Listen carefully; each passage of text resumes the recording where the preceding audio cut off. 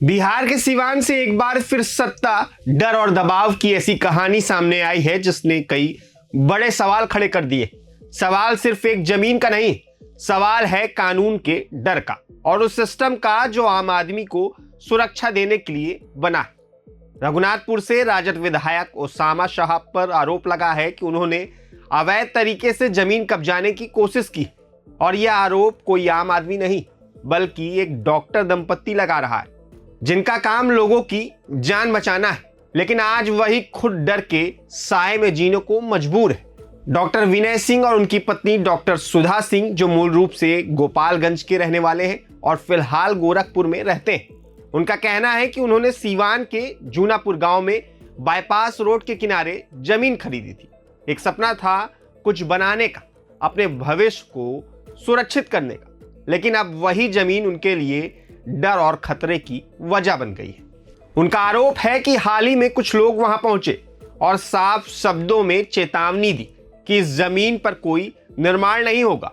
उनसे कहा गया कि यह जमीन विधायक के पक्ष में छोड़ दी जाए और वे चुपचाप गोरखपुर वापस चले जाएं, वरना अंजाम बहुत बुरा होगा।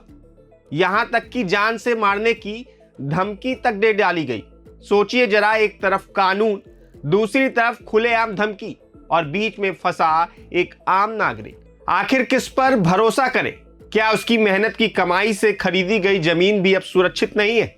इस पूरे मामले में पुलिस ने कार्रवाई करते हुए ओसामा साहब समेत फरहान और साबिर नाम के 2 लोगों को नामजद आरोपी बनाया है। साथ ही 30 से 35 अज्ञात लोगों के खिलाफ भी मामला दर्ज किया गया है और यह भी आरोप है कि जमीन पर काम कर रहे मजदूरों के साथ मारपीट की गई।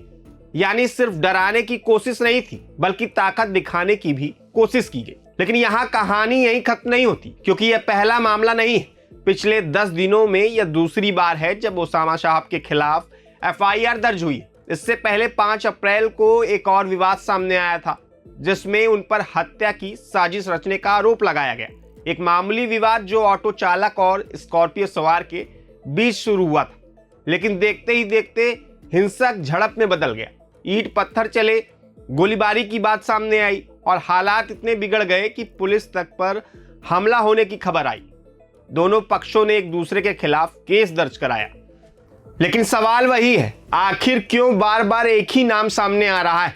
और जब इस नाम के पीछे इतिहास जुड़ता है मोहम्मद शहाबुद्दीन का, तो मामला और भी ज्यादा गंभीर हो जाता है, क्योंकि यह वही नाम है जिसने सालों तक सीवान की राजनीति और अपराध की दुनिया में एक अलग ही पहचान बनाई, जिन पर कई गंभीर मामले दर्ज रहे और जिन्हें डबल मर्डर केस में उम्र कैद की सजा भी मिली। ऐसे में अब उनके बेटे पर लग रहे आरोप कई पुराने सवालों को फिर से जिंदा कर रहे हैं।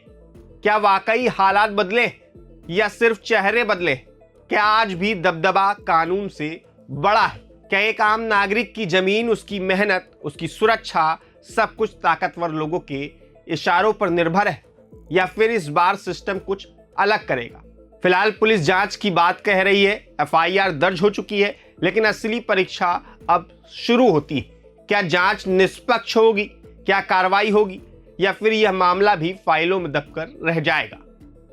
क्योंकि देश का आम आदमी अब सिर्फ खबर नहीं देख रहा, वह जवाब चाहता है और इंतजार कर रहा है उस दिन का जब कानून का डर हर किसी के लिए बराबर होगा, चाहे वह कितना भी ताकतवर क्यों ना हो। ऐसी तमाम अपडेट्स जानने के लिए देखते रहिए प्रभात खबर को। प्रभातखबर.com, विश्वास वही, रफ्तार नहीं।